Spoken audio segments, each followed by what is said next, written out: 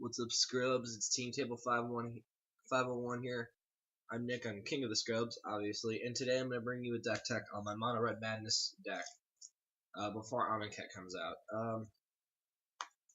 The set looks busted, and I think aristocrats are playable again, so I'm going to be building that deck. Right now I have it built for Frontier, because one of my buddies wants me to go play Frontier with him, so I just took my old aristocrats deck from a couple of years ago and built it again, but anyway. So yeah, I couldn't get aristocrats to work, I couldn't get Esper Control to work, I couldn't get any deck to work. This is the only deck that actually has a semi-chance of getting me money, so let's run through it. 7 mountains of this artwork, 6 mountains of this artwork, 4 mountains of this one, and then 3 of this one. So 20 mountains in total. And then 2 Looming Spires. Just giving your stuff first strike is super good this format because everything's the same size. Like, if your 2/2 kills their 2/2, you are, like, winning. 22 land on the creatures. I think it was like 26. 4 Bowback Courier. This is like, you want to see this card in your opening hand. This is your card advantage. It's also a discard outlet, so you can just get all the cards out of your hand if necessary.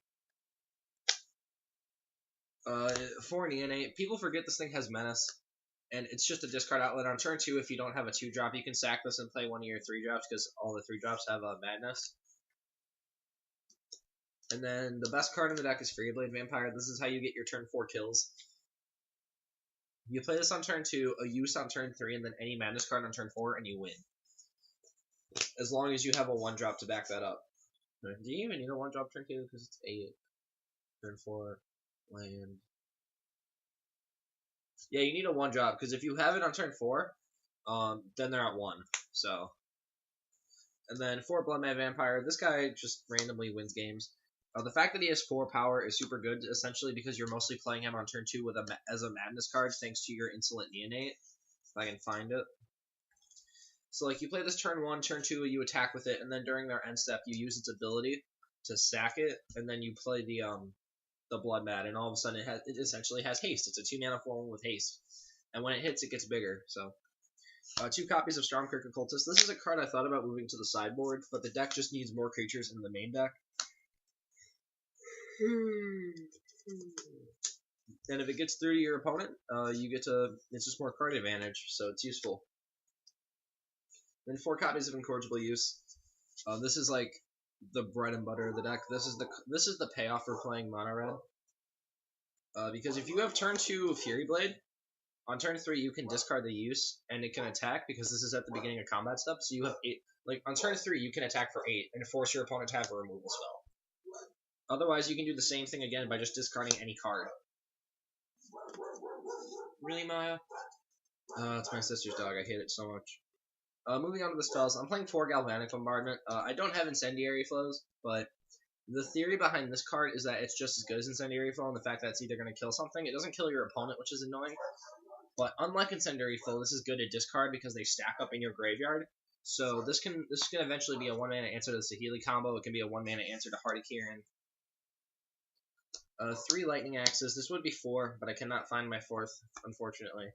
But at first I hated this card and I wasn't playing it, but now it's just like so good because during the end step you can kill one of their creatures and get one of your creatures into play. It's like the thing is about this deck with Madness, you can essentially give all your creatures haste because you play them at the end of their turn. So 4 Lightning Bolt, because that's what this is. If you're casting it for 3, you're doing it wrong. This is mostly Lightning Bolt. You use this as a 1-mana removal spell to get your opponent's creatures out of the way so you could attack. And then 4 Fireball. That's what it is. It's a Fireball. It's Avacyn's Judgment, but the name is Fireball. This is Fiery Temper, Lightning Bolt. This card's insane. If you can Madness this thing for more than 3, you are golden. Just being able to snipe multiple creatures, or just throwing this at your opponent's face at their end step when they tap out. It's super good. This is a way you can punish someone for tapping out. And the 60th card is 1 Stensia Masquerade. This card is really slow, but I think it's okay as a 1-of to play right now, because giving your stuff first strike is important when a lot of battles are happening on the ground. And when your stuff hits, you can give it a counters. This is one of the things that you can't do on turn 2 with Insolent Neonate. But I would cut this for the 4th Lightning Axe, but again, I don't have the 4th Lightning Axe, so this card's okay for now. It's been performing pretty well in testing. So there's the main deck. 60 cards. I would just cut the 4 bombardments for the 4 incendiary flow, and the Sensia Masquerade for a lightning axe. But other than that, I'm pretty happy with the main deck configuration. I have no idea what I'm doing with the sideboard, so I just threw cards together. 1 Karizev. Karizev is super good right now. Just being able to constantly hit for 3 damage if you don't have a 2-drop, this really like suitifies as 1. And then 1 Fire Mantle Mage. This is just a card that punishes people for not playing more than 2 creatures. That is one thing this deck is sort of good at, is evasion through menace, because Neonate has menace, this gives all your creatures menace, this has menace, and Sin Prodder has menace, but I'll talk about him in just a minute. But Fire Mantle Mage is really good. Double Sin Prodder, this is card advantage in the mirror match, because there are people at my locals who play this deck. Being able to, just any sort of matchup where you need card advantage, just any sort of aggro mirror takes longer than you think it would, just because you're killing each other's creatures, as they're the most repeatable source of damage. So just having this card as a way to get all your advantage back is super good. I would cut the Fire Mantle Mage and play a second Karizev, but I would leave the Sin Prodders. I think Sin Prodder is super good. 2 Magmatic Chasm is just another way to trigger menace. I would cut this card along with the Destructive Tampering for 3 copies of Release the Gremlins, because Martyr Vehicles is still probably the best deck in all of Standard, and I don't have much artifact removal, but this is a way to kill it, and it's just another Magmatic Chasm if you need it. And then 3 Hijack. These would be Karizev's expertise, although I think Hijack's a little bit better because it can steal any creature instead of just creatures with power 2 or less. The free cast is nice, but the thing is, this is what you sideboard in against control, because you get to take their Torrential Gearhulk and just take it. Or in just any matchup where your opponent only has like 1 blocker, so you can just take it and get it out of the way. And then 2 copies of Crumble to Dust. I don't know if I would keep this in a future build, but this is here for Shambling Vent and Wandering Funeral, as those are the 2 cards that just outright beat your deck.